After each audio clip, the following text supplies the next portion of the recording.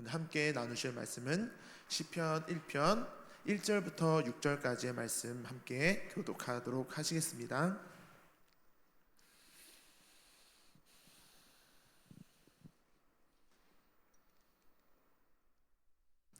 다 찾으셨으면 제가 먼저 읽도록 하겠습니다. 복 있는 사람은 악인들의 꾀를 따르지 아니하며 죄인들의 길에 서지 아니하며 오만한 자들의 자리에 앉지 아니하고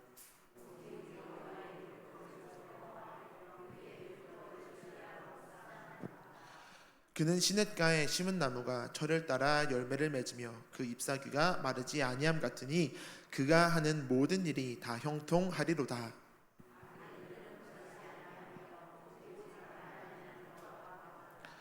그러므로 악인들은 심판을 견디지 못하며 죄인들이 의인들의 모임에 들지 못하리로다.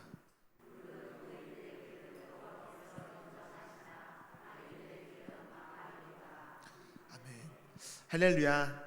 저는 오늘 복 있는 사람은 이라는 말씀의 제목으로 함께 은혜를 나누어 보도록 하겠습니다. 혹시 이 시간에 같이 앞뒤 좌우 계신 분들께 이렇게 인사 나누었으면 좋겠습니다. 복 많이 받으세요. 네, 복 많이 받으세요. 새해가 되면 우리가 빠지지 않고 함께 나누는 인사가 있죠. 새해 복 많이 받으세요.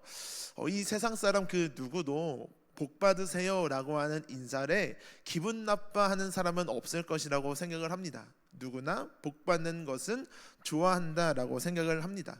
그래서 중국은 글씨체가 좀 깨져서 칸이 넘어갔는데요, 중국은 복복자라는 한자를 대문에 거꾸로 붙여 놓을 만큼 복에 대해서 아주 소중하고 중요하게 생각을 한다고 합니다. 왜 거꾸로 붙여놨냐고 하면 이 유래는 몇 가지가 있는데요, 그중 하나는 복이 하늘에서부터 내려오기 때문에 우리 집에 이 대문을 복이 들어왔으면 좋겠다라고 하는 이러한 마음으로 복복자를 대문에 거꾸로 붙여놓는다고 합니다. 이만큼 복 받는 것을 좋아하는 거죠.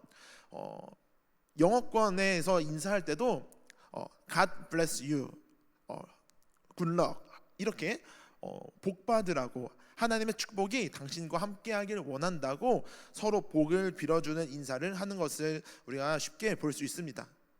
욕하는 사람을 좋아하는 사람이 없듯이 복을 빌어주는 사람을 싫어하는 사람이 누가 있겠습니까? 누구나 복 받기를 좋아하고 복은 누구나 기분을 좋게 하죠. 그러면 한 가지 질문을 드려보겠습니다. 어떤 복을 받기를 원하십니까? 내 삶 가운데, 내 인생 가운데 어떠한 복이 임했으면 좋겠다라는 생각을 하고 계십니까? 제가 로또에 당첨되면 좋겠다라는 생각을 한때 어린 나이에 한때 한 적이 있었는데요, 로또에 당첨되는 것이 복일까요? 경제가 어려워질수록 로또를 구매하는 사람들은 많아진다고 합니다. 그만큼 내 힘든 가정, 내 인생 가운데 어떠한 우연치 않은 복이 임했으면 좋겠다라고 하는 그 소원이 담긴 거겠죠. 그래서 통계 자료를 보니까 작년 2024년도에 로또를 구매한 사람의 금액을 보십시오. 7.3조입니다. 로또 구매한 사람이 7.3조예요. 이 어마어마한 수치 아닙니까? 이거는 반증을 해주는 거거든요. 내 삶에 내가 그 불가항력적인 어떤 그 복이 임해서 내 인생이 뒤집어졌으면 좋겠다라고 하는 그런 소원이 그 마음 가운데 담겨져 있는 거죠. 그런데 로또에 당첨되는 것이, 로또에 1등 되는 것이 우리에게 주어진 복일까요? 로또에 당첨된 그 사람들의 1등 당첨된 사람들이 어떻게 살아가는지 그 한 기자분이 10명을 추적하면서 알아봤다고 합니다. 그 중에 절반가량이요, 가정이 파탄났고요, 그 중에 또 절반의 절반이 부모님과 인연을 끊었고요, 그리고 한두 명이 그냥 정상적으로 다니던 회사 그냥 다니고 그러한 것들을 봤다고 합니다. 이것은 로또에 당첨되어서 일확천금을 하루아침에 얻는 것이 결코 축복이 아님을 우리에게 증명해 주고 있는 통계 자료가 될 수 있겠습니다. 그럼 뭐가 복일까요? 그럼 복이라는 단어의 의미가 뭘까요? 대백과사전을 찾아봤는데요, 인간의 힘을 초월한 천운에 의해 저절로 돌아가는 길흉화복의 운수, 여기에서 우리가 주목해야 될 것은 복이란 내 힘으로 되지 않는 것이라는 겁니다. 내가 똑같이 일해도 저 사람은 잘 되고 나는 잘 안 되는, 그럼 저 사람은 복받았다라고 이야기를 하게 되는 거죠. 천운에 의해서 결정되는 것을 우리는 복이라고 합니다. 그것을 우리는 하나님께서 주시는 복이라고 생각을 하죠. 내 힘이 아닌 초월적인 힘이 나를 도울 때 복받았다라고 말을 하고 있는 것입니다. 사랑하는 평택교회 성도 여러분, 우리 모두 초월적인 그 하나님의 복이 가득 임하시기를 주님의 이름으로 축복합니다. 그럼 누구에게 이러한 복이 임하는가? 누구에게 이러한 하나님의 그 초월적인 그 불가항력적인 복이 임할까? 우리 시편 1편을 통해서 그 복이 임하는 사람, 복 있는 사람은 어떤 사람인지 말씀을 한번 나누어 보도록 하겠습니다. 구약 성경에 등장하는 복은 두 가지 단어를 사용하는데요, 첫 번째 바라크라고 하는 단어를 사용합니다. 이 단어는 구약에 가장 많이 사용되었습니다. 415회 사용이 되었는데, 이 단어의 뜻은 무릎 꿇다, 하나님 앞에 무릎 꿇는 것이 복이라는 겁니다. 하나님 말씀 앞에 무릎 꿇고 하나님의 그 말씀을 따라 살아가는 것이 복이라는 겁니다. 근데 이 바라크라는 단어는 우리가 하는 그 일에 대해서 하나님 주시는 복, 우리의 연약한 육신이 치유받는 그러한 복, 이러한 복을 설명할 때 바라크라고 하는 단어를 사용을 하거든요. 그래서 우리가 하는 일들이 내 노력보다 그 이상으로 잘 됐어, 그리고 내가 아픈 곳이 하나님의 은혜로 조금 치유가 됐어, 이럴 때 바라크라고 하는 단어를 사용한다고 하더라고요. 그런데 오늘 시편 1편에서 설명하고 있는 이 복이라는 단어는 이러한 단어를 설명하지 않고 아쉐르라고 하는 단어를 사용하고 있습니다. 이 아쉐르라고 하는 단어는 구약의 44회, 아까 바라크라고 하는 단어보다는 비교적 조금 사용되었는데, 이 단어의 뜻은 똑바로 가다, 계속 가다라고 이러한 의미를 가지고 있습니다. 어디로 가는 길이냐면 하나님의 나라로 향하는 그 길입니다. 하나님의 나라는 누가 들어갈 수 있죠? 하나님의 자녀된 하나님의 백성들이 들어갈 수 있는 것입니다. 그래서 이 아쉐르라고 하는 이 복, 이 단어는 하나님과 그 인격적인 관계에 나타내는 복입니다. 하나님의 자녀가 되지 않고서는 그 하나님 나라에 들어갈 수 없고, 하나님의 인격적인 관계가 잘 형성되지 않고는 하나님의 자녀가 될 수 없는 거죠.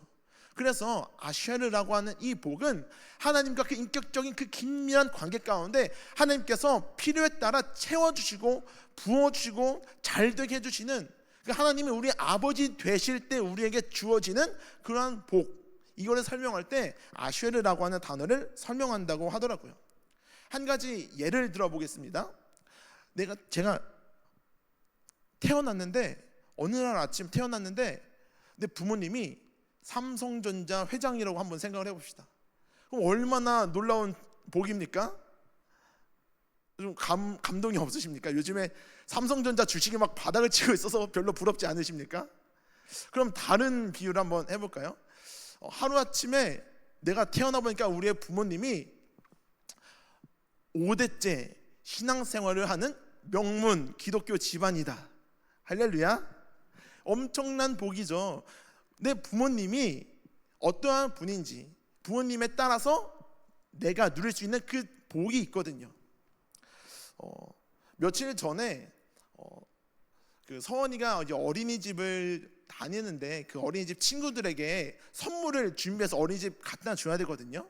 그래서 그 친구들이 뭘 좋아할까 생각을 해보다가 이제 아내가 그 티니핑이라고 하는 요즘에 많이 유행을 하는 그 티니핑 캐릭터 퍼즐을 친구들 숫자대로 사서 구입을 해서 포장을 하려고 하는데, 이 서원이가 너무 그게 막 샘이 나는 거예요. 나도 저거 갖고 싶은데 친구들 준다고, 자기 거 없다고. 그래서 막 울고불고 막 떼를 썼습니다. 그래서 그걸 보고 있다가 저거 친구들 줘야 돼, 개수가 모자라 라고 하는데 계속 막 우는 거예요. 그래서 제가 그냥 하나 더 주문하고 거기에 있는 거를 서원이를 줬습니다. 그랬더니 서원이가 고맙다고 자기 금고를 열더니 5만 원짜리 하나, 만 원짜리 하나, 5천 원짜리 하나를 꺼내서 저를 주더라고요. 그래서 퍼즐 하나 선물해주고 6만 5천 원을 벌었습니다. 그때 제가 서원이한테 그렇게 이야기를 했습니다. 서원아, 아빠가 주는 거는 돈 주고 사는 게 아니야. 아빠의 것은 다 서원이 거야 라고 이야기를 해주었습니다. 아쉐르라고 하는 단어는 하나님이 나의 아버지 되셨을 때 그 하나님 것을 우리가 누리는 그 축복이 바로 아쉐르라고 하는 단어입니다. 할렐루야. 이 아쉐르의 이 단어, 이 하나님의 자녀된 그 복을 풍성히 누리실 수 있기를 주님의 이름으로 축복합니다.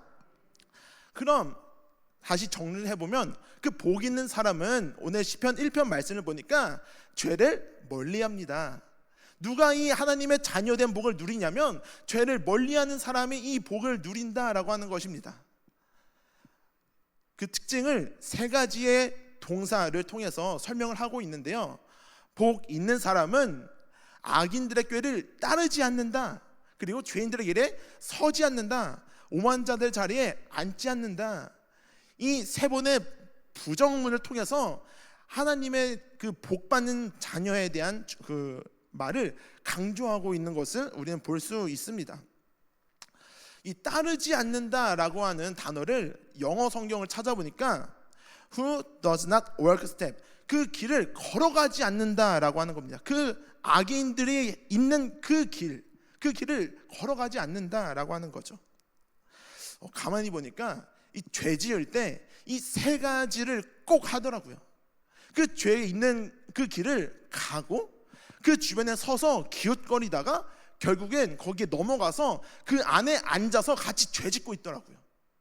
이러한 내용이 성경에도 등장을 하고 있는데, 아브라함과 롯의 이야기를 보면 아브라함과 롯은 하나님이 약속하신 땅을 향해서 가고 있었습니다.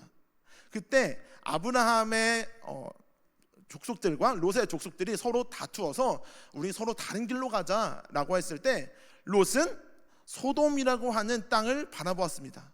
겉으로 볼 때는 휘황찬란하고 삐까뻔쩍하고 너무나도 살기 좋은 도시로 보였습니다. 그래서 그 땅으로 걸어갑니다. 그리고 나서 등장하는 말씀은 창세기 13장 12절을 보니까 아브라함은 가나안 땅에 거주하였고 롯은 그 지역의 도시들에 머무르며 그 장막을 옮겨 소돔까지 이르렀다. 이게 소돔까지 가는데 점점 장막을 옮겨가면서 소돔 근처까지 가서 소돔 바로 옆에까지 온 거예요. 소돔까지 이르러서 소돔이 어떤 곳인가, 내가 들어가서 살만한 곳인가, 저 성은 어떤 곳인가 이렇게 기웃거리면서 서 있던 겁니다. 그때 이제 마음이 어땠을까요? 저 사람들 재밌어 보이는데, 저기 들어가면 나도 저렇게 놀 수 있을 것 같은데, 저 사람들이 술 먹고 음란하고 쾌락을 누리고 하는 거 나도 저렇게 한번 살아볼까라고 하는 마귀의 유혹이 이 마음 가운데 생긴 겁니다. 그래서 14장 12절까지 가면요, 소돔에 거주하는 조카 롯이라고 설명하고 있습니다. 결국 그 마음을 빼앗겨서 그 주변에서 내가 살아도 되는 곳인가 라고 하다가 들어가서 눌러 앉게 된 거죠. 아까 시편 1편 1절 말씀에 있었던 따르지 않아야 되는 그 길을 따라갔고 서지 않아야 될 곳에 서 있다가 앉으면 안 되는 그 자리 가운데 들어가서 앉게 된 것이 바로 롯의 이야기입니다. 죄를 지을 땐 이 세 가지를 조심해야 되는 것입니다. 이것이 악인의 길입니다. 죄는 늘 우리의 삶을 이렇게 망가뜨립니다. 이 세 가지, 죄의 길을 걸어가지 말고 그 죄 옆에 서서 기웃거리지 말고 그 죄 안에 들어가서 앉지 않아야 그 자들은 하나님의 복이, 이 아쉐르의 복이 임하는 자들인 줄 믿습니다. 악인들의 있는 곳을 따라가지 마십시오. 그 근처에도 기웃거리지 말고 그 눈과 생각과 귀와 입을 빼앗기지 마십시오. 그때 그들이 잘 사는 것 같지만 그들의 결과는 결코 좋은 결과가 아닙니다. 악인들의 형통을 부러워하지 마십시오. 하나님이 나의 아버지 되시는데 이 세상의 화려함을 쫓다가 거기에 빠진다면 하나님의 주시는 더 놀라운 축복을 잃어버릴 수도 있습니다. 내 필요를 나보다 더 잘 아시는 그 하나님께서 나의 필요에 따라 그 채워주시는 은혜가 있는데, 이 세상 가운데 내가 저기 가면 더 잘 살 수 있을 것 같다고, 내가 저걸 하면 내가 더 인정받고 더 사람들의 박수치는 그 위대한 사람이 될 수 있을 것 같다고 거기에 갔다가 결국 무너지고 결국 죄짓고 결국 하나님 떠나는 일들을 수없이 많이 봐왔습니다. 우리가 대단하다고 하는 그 유명한 사람들, 하루아침에 몰락하고 하루아침에 기사에서 막 욕하고 손깍지 당하는 일들을 너무나도 많이 보지 않았습니까? 악인들의 형통을 부러워하지 마십시오. 하나님의 말씀을 따르고 하나님이 우리 아버지 되시기 때문에 하나님이 주시는, 하나님의 자녀에게 베풀어 주신 그 은혜를 사모할 수 있기를 주님의 이름으로 축복합니다. 그래서 우리는 늘 눈과 귀를 지켜야 하는 것입니다. 보고 듣는 것을 주의해야 됩니다. 내가 자주 보는 것, 듣는 이야기, 악인의 이야기인지 이게 마귀의 유혹인지 아니면 하나님의 은혜의 말씀인지 잘 분별해서 하나님의 말씀이 있는 곳에, 하나님의 예배, 기도, 찬양, 말씀이 있는 곳에 나를 내어드리고 늘 하나님과 동행하며 하나님의 그 자녀에게 내어주는 그 축복의 자리를 사모할 수 있기를 주님의 이름으로 축복합니다. 롯은 소돔을 보았습니다. 이 견물생심이라는 단어가 있지 않습니까? 보면 유혹되게 되어 있습니다. 그 소돔을 보는 그 순간부터 부러운 거예요. 그래서 빼앗겼습니다. 소돔까지 이르러 소돔의 모습을 지켜본 그 롯은 그 결과가 어떻게 되었을까요? 1편 4절 말씀 보니까 악인들은 오직 바람이 나는 겨와 같도다 라고 설명을 하고 있습니다. 악인들의 결과는 처참합니다. 악인들의 결과는 바람이 나는 겨와 같습니다. 화려해 보여도, 웅장해 보여도. 제가 시골 집이 방앗간 바로 옆집이었습니다. 이제 추수철이 되면 방앗간이 막 계속 돌아가요. 그러면 한 곳에 그 겨가 쌓입니다. 그러면 그거를 막 갖다가 이제 밭에다가 뿌리고, 마늘밭에 뿌리고 하면서 땅이 막 따뜻해지라고 자라나고 이렇게 뿌리거든요. 근데 그 겨를 포대 한가득 하면은 제 몸통만한 그 포대에 꽉 찹니다. 그래서 와, 이거 너무 무겁겠는데 하고 들어보면 별거 아니더라고요. 가벼워요. 악인의 형통이 이와 같습니다. 그냥 너무 가벼워요. 커 보이는데 실상 들여다보면 빈 껍데기입니다. 바람 불면 다 날아가 버리는 거예요. 한순간에 무너져 버리는 게 바로 악인의 형통, 바람이 나는 겨와 같은 것입니다. 그래서 6절 말씀 보니까 무릇 의인들의 길은 여호와께서 인정하시나 악인들의 길은 망하리로다. 악인들의 길은 망한다고 기록되어 있습니다. 우리의 눈과 귀와 마음을 빼앗아 악인의 길로 유혹하는 이 세상의 것들을 조심해야 됩니다. 악인들의 형통을 부러워하지 마십시오. 결국 그 길은 망하는 길인 것입니다. 그거 형통 아닙니다. 마귀의 속임수이고 꾀임입니다. 이 두 번째, 복 있는 사람은 하나님의 말씀을 가까이 합니다. 우리 2절 말씀을 보니까 오직 여호와의 율법을 즐거워하여 그의 율법을 주야로 묵상하는도다. 하나님의 복이 있는 사람은 어떤 사람이냐면 여호와의 율법을 즐거워하여 주야로 묵상하는 사람이라고 설명하고 있습니다. 또 말씀 읽으라는 이야기여서, 뻔한 이야기여서 어떤 특별한 비법이 있는 줄 알았는데 또 말씀 읽으라네. 혹시 김 빠지십니까? 그렇지 않습니다. 단순히 말씀을 읽으라는 이야기를 넘어서서 그 다음 스텝까지 가야 되는 것입니다. 성경을 10독 읽었다고 하나님의 말씀대로 살아가는 것은 아니더라고요. 하나님의 말씀대로 살아가는 것과 하나님의 말씀을 읽는 것은 전혀 다른 거더라고요. 하나님의 말씀을 아무리 읽었어도 말씀대로 살아가지 않는 사람이 있고요, 일평생 동안 하나님 모르고 살다가 뒤늦게 하나님 알고 성경 읽으면서 한 절 한 절 내가 이렇게 살아야 되는구나 라고 하면서 그 한 절 한 절을 살아내려고 발버둥 치며 살아가는 사람이 있습니다. 누가 더 하나님의 그 은혜가 임하는 삶이겠습니까? 그 말씀을 살아내려고 발버둥치는 사람이 하나님의 복이, 하나님의 은혜가 임하는 줄 믿습니다. 하나님의 말씀을 주야로 묵상한다는 것은 밤이고 낮이고 말씀을 가까이서 읽어라 라는 뜻도 있지만, 문예적인 표현으로 해석을 해본다면 그 말씀이 항상 내 안에 머물게 해라 라는 뜻으로 해석할 수도 있습니다. 우리가 돈 하는 사람은 그 마음 가득히 돈이 그 사람을 지배합니다. 공부에 몰두해서 수능을 앞둔 그 학생들은 밤이나 낮이나 온통 막 마음, 생각, 눈과 귀를 그 공부가 지배합니다. 제가 초등학교 다닐 때 게임을 참 좋아했었습니다. 그때 한참 인터넷 게임이 막 유행하던 시절이었는데요. 혹시 크레이지 아케이드라는 게임이 어떤 게임인지 아십니까? 캐릭터들이 막 지나가면서 물폭탄 놓으면 물폭탄이 터지는 막 이런 게임이거든요. 근데 너무나도 즐겨 했던 그 초등학교 6학년 시절이 있었는데, 막 자기 전까지 게임을 하다가 이제 내일 학교 가야 되니까 자려고 눕습니다. 그럼 눈을 감으면 깜깜한데 눈앞에서 그 캐릭터가 막 돌아다니고 물풍선을 넣고 막 터지고 막 이러는 거예요.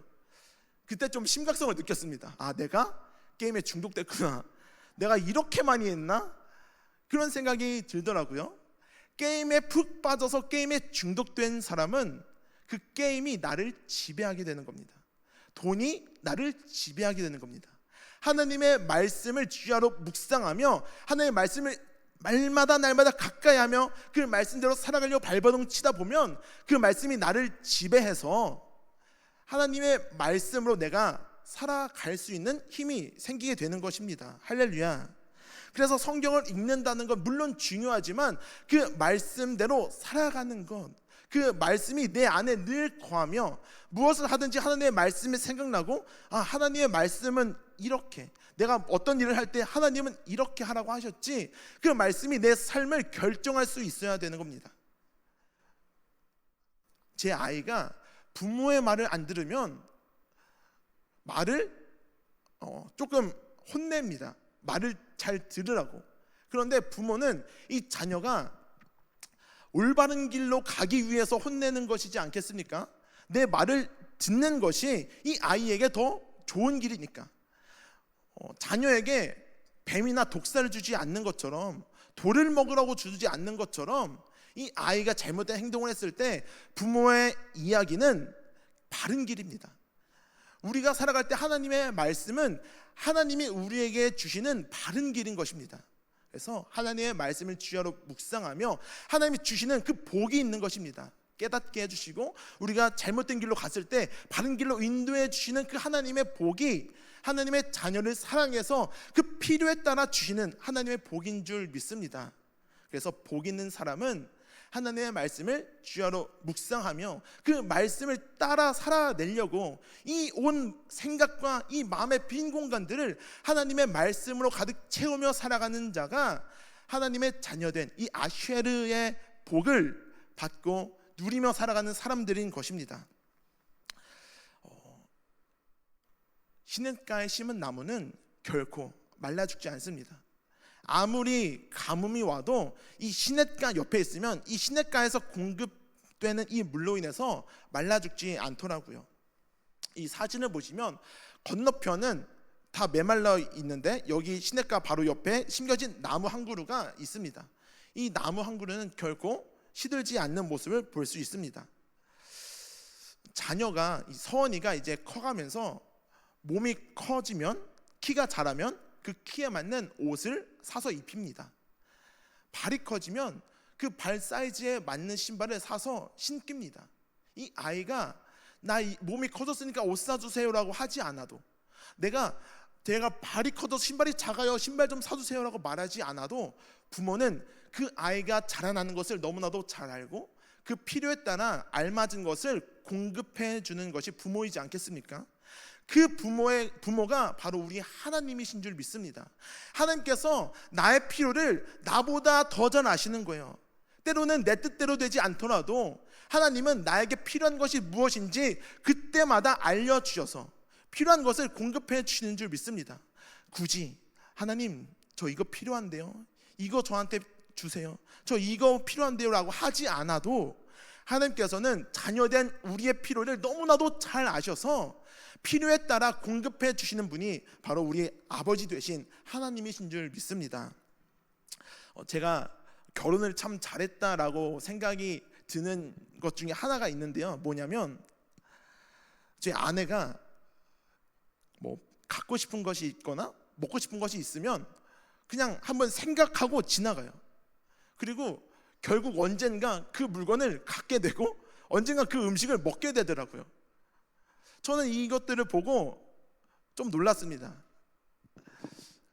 나한테 필요한 거면 하나님이 그 필요한 것들을 그냥 채워주는구나.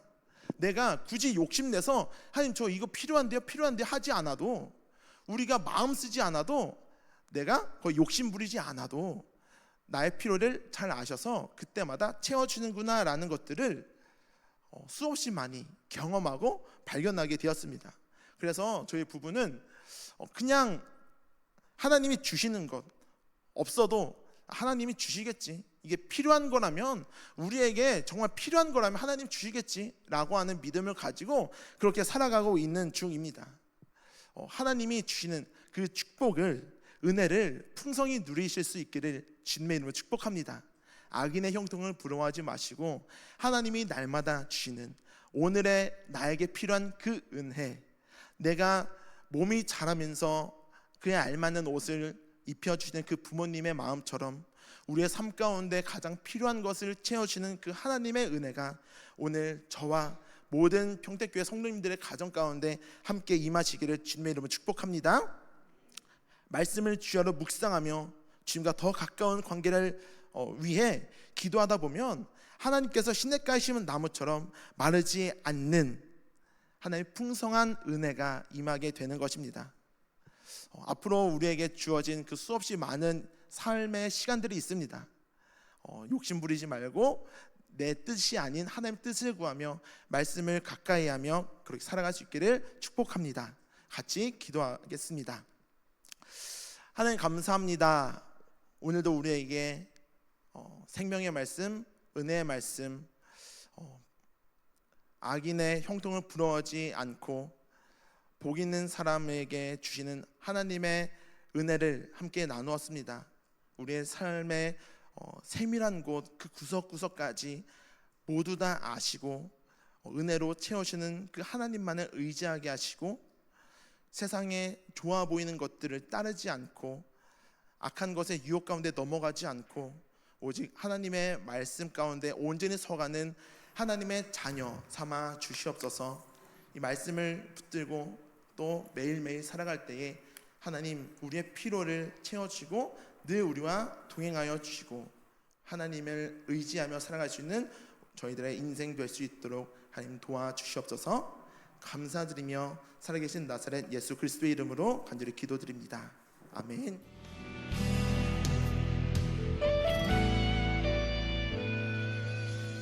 주님 말씀하시며 내가 나가리다. 주님 뜻이 아니면 내가 멈춰서리다. 나의 가고 서는 것 주님 뜻에 있으니 오 주님 나를 이끄소서. 주님 말씀하시며 내가 나가리다. 주님 뜻이 아니면 내가 멈춰서리다. 나의 가고 서는 것 주님 뜻에 있으니 오 주님 나를 이끄소서. 뜻하신 그곳에 나 있기 원합니다. 이끄시는 대로 순종하며 살리니 연약한 내 영혼 통하여 일하소서. 주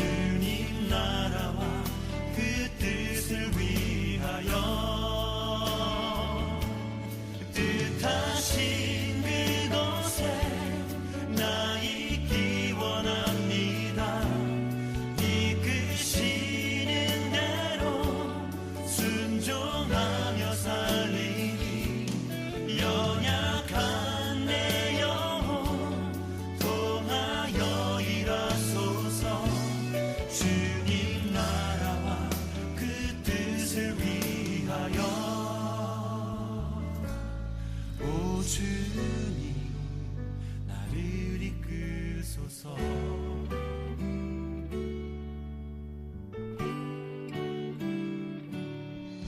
주님 말씀하시면 내가 나가리다. 주님 뜻이 아니면 내가 멈춰